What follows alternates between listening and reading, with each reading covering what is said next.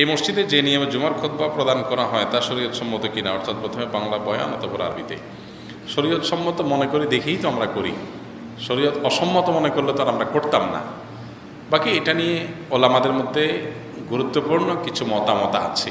জুমার খুতবা এটাই মূলত জুমার বক্তব্য। জুমার যে খুতবায় খতিব সাহেবরা দিয়ে থাকেন ওটাই মূলত জুমার বক্তব্য। এখন ওই বক্তব্যটা যেটা জুমার সালাতের পাঠ অংশ, তার আগে আবার বাংলা বক্তব্য চলে আসছে।